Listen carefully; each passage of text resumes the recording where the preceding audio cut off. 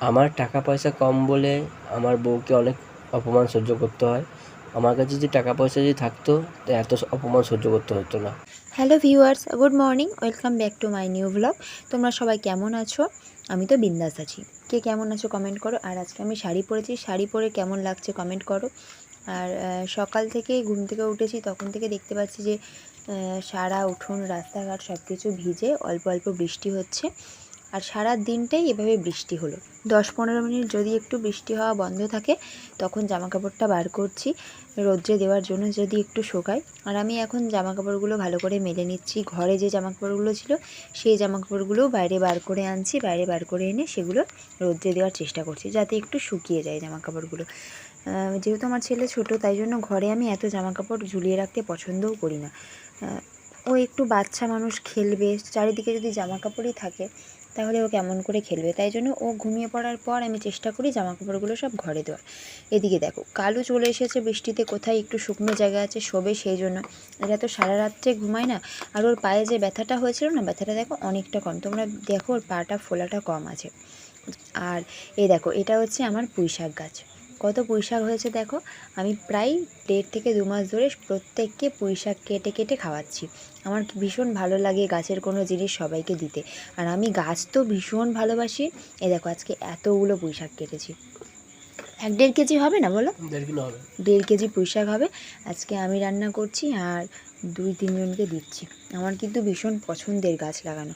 এদিকে দেখো ফ্রিজটা 2-3 দিন ধরে পরিষ্কার করা হয় না, তাই জন্য সব কিছু ঢেলে সব কিছু ফ্রিজের থেকে বাইরে বার করে করে প্রায় 1 থেকে 1.5 ঘন্টা ধরে কিন্তু আমি ফ্রিজটাও পরিষ্কার করেছি। দীপকও আমার সাথে সাথে অনেকটা হেল্প করেছে। আমুলের আইসক্রিমের চামচ, একবার দুবার আমুলের আইসক্রিম, দই এগুলো রাখা হয়েছিল, তো সেই চামচটা দিয়েছিল। এখন আমরা রাখি টক দই, মিষ্টি দইটা রাখি না। এটা কিন্তু মিষ্টি দইয়ের চামচ ছিল।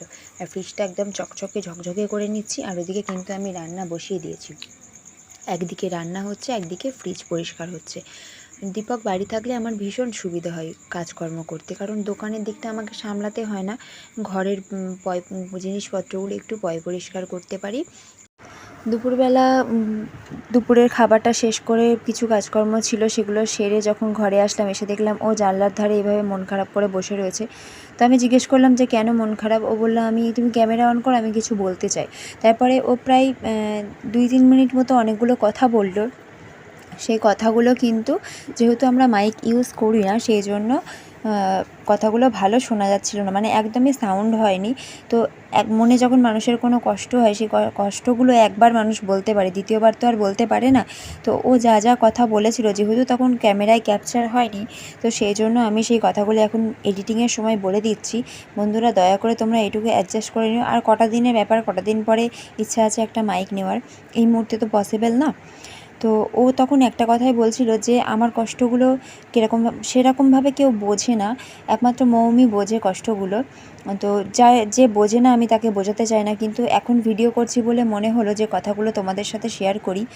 তারপরে ও এই কথাটা বলার পর বলল যে ও নাকি মানে আমরা সত্যিই আমরা এই 6 বছর আমার বিয়ে হয়েছে, আমাদের প্রচুর স্ট্রাগল করছি, আমরা এখনও অবধি স্ট্রাগল করছি, জানি না কবে জিততে পারবো। মানে মনে হয় প্রতিটা মুহূর্ত মনে হয় একটা যুদ্ধ এরকম মনে হয়। এখন যেন নিজেকে এই 6 বছরেই খুব ক্লান্ত মনে হয় আমাদের। তো এখন যে পরিস্থিতির মধ্যে দিয়ে যাচ্ছি আমরা, সত্যি কথা বলতে ভীষণ খারাপ একটা পরিস্থিতির মধ্যে দিয়ে যাচ্ছি। দুটো ব্যবসায় সেরকম ভালোভাবে যাচ্ছে না, দুটো ব্যবসা প্রচণ্ড ডাউন যাচ্ছে। সবসময় যে ভালোটা হবে তা তো না, খারাপটাও হবে। দীপক সেটা বুঝতে পারছে, কিন্তু কি ও খুব ভেঙে পড়ছে। হ্যাঁ, আমি তো ভেঙে পড়ছি, আমি ভেঙে পড়লে ও আমাকে সামলাচ্ছে। আর একটা মানুষ খুব খুব খুব আমাদেরকে সহযোগিতা করছে, খুব মনোবল জুগিয়ে যাচ্ছে। তারপরে বিভিন্ন মানুষের বিভিন্ন রকম কথা আমরা নিতে পারছি না। দোকানে অনেকে আসে, দোকানে যেহেতু আমাদের পুঁজি অনেকটাই কম, তাই জন্য।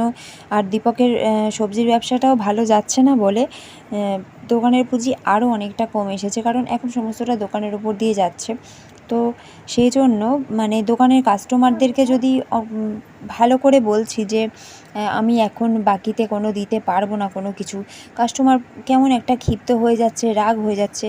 আমার তো সমস্যা বলে আমি বলছি যে আমি দিতে পারবো না, কেউ সেটা বুঝছে না। জানি না কেউ একে অপরের পরিস্থিতিটা কেন বোঝে না।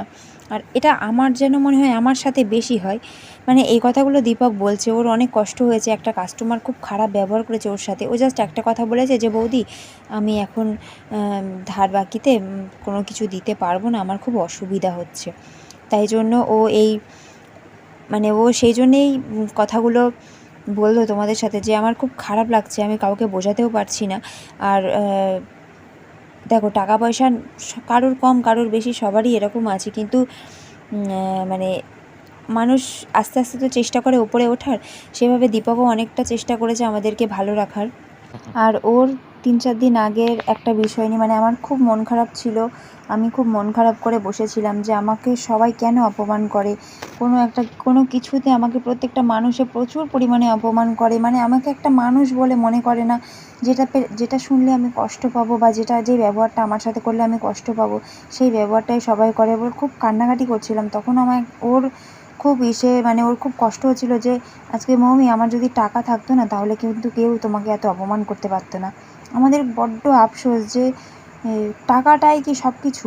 আমাদের টাকা নেই বলে হয়তো বুঝি না, যাদের টাকা আছে তারা হয়তো বোঝে। মানে পয়সা ছাড়া কিন্তু কিচ্ছু না। এই দুনিয়ায় যার পয়সা আছে সেই মানুষ, তাকে মানুষ বলে মনে করা হয়, কিন্তু যার পয়সা নেই তাকে মানুষ তো দূরের কথা, হ্যাঁ, একটা মানে পোকার সমান তার সাথে তুলনা করা হয়। তার কোনো মানে ভীষণভাবে তাকে অপমান যেখানে সেখানে তাকে অপদস্থ করা যায়। আমরা ভুক্তভোগী, আমরা প্রচুরভাবে এগুলো সহ্য করেছি। আজকে সাংঘাতিক পরিমাণ কষ্ট হয়, ঠিক আছে? আর শুধু লড়াই করে যাই যাতে একটু মানুষ যেভাবে চায় সেভাবে থাকি। আমরা ভালো আছি, আমরা ভীষণ সুখী। আমাদের মতো সুখী কাপল আর মনে হয় না। ভীষণ সুখী। ভগবানের কাছে শুধু এই কথা বলি যে, ভগবান যতটুকু প্রয়োজন যেন নিজেদের প্রয়োজনগুলো মেটাতে পারি। আর এই সব নিয়ে দীপক কিছু কথা আজকে দুপুরবেলা বলেছে, আর সেগুলো তোমাদেরকে শোনাতে পারিনি। হ্যাঁ, আমাদের দুর্ভাগ্য। তো কখনো যদি সৌভাগ্য হয়ে ওঠে তোমাদের সাথে সব কিছু শেয়ার করব। আমার ভিডিও তোমাদের ভালো লেগে থাকলে লাইক, কমেন্ট, শেয়ার করে দেবে। আমার আজকের ব্লগ এই পর্যন্ত।